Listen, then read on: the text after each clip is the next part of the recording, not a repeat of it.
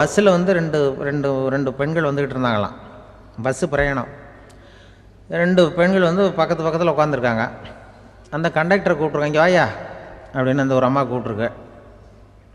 என்னம்மா அப்படின்ட்டுருக்கார். வந்து இந்த ஜன்னலை திறந்து விட்டு போ அப்படின்னு. சரின்னு பக்கத்தில் இருந்த ஜன்னலை திறந்து விட்டு அவர் போயிட்டார். பக்கத்தில் இருந்தாமா உடனே இங்கே வாயா மறுபடியும் வாயான்னு கூப்பிட்ருக்கு. வந்து என்ன இந்த ஜன்னலை மூடி விட்டு போ அப்படின்ட்டுருக்கு.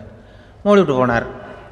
மறுபடியும் அந்த முன்னாடி கூப்பிட்டது வாமா வாயா வாயான்னு மறுபடியும் கண்டக்டரை கூப்பிட்டு, என்ன இந்த பார் இந்த ஜன்னலை வந்து நீ மூடி வச்சின்னா நான் மூச்சு திணறி செத்து போடுவேன்.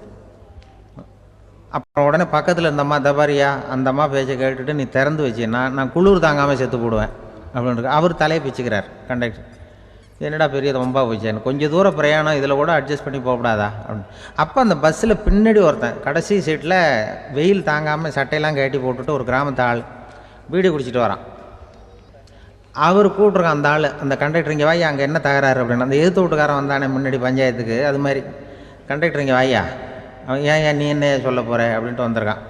சட்டையெல்லாம் கட்டி போட்டு பீடி குடிக்கிறான். பீடி புகையை ஊதி விட்டு அங்கே என்ன தகராறு அப்படின்னு கேட்டிருக்கான். ஒன்றும் இல்லையா, அந்த அம்மா வந்து ஜன்னலை திறந்தா செத்து போவேங்கிறது, இந்த அம்மா ஜன்னலை மூடுனா செத்து போவேங்கிறது.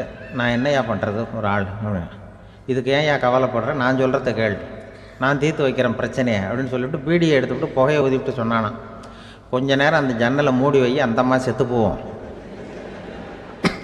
அப்புறம் திறந்து வை இந்த அம்மா செத்து போவோம், நாம் நிம்மதியாக போகலாம் அப்படின்னு சொல்லிட்டு பீடி குடிக்க ஆரம்பிச்சிட்டான். அவருக்கு கோவம் வந்துட்டுது கண்டக்டருக்கு.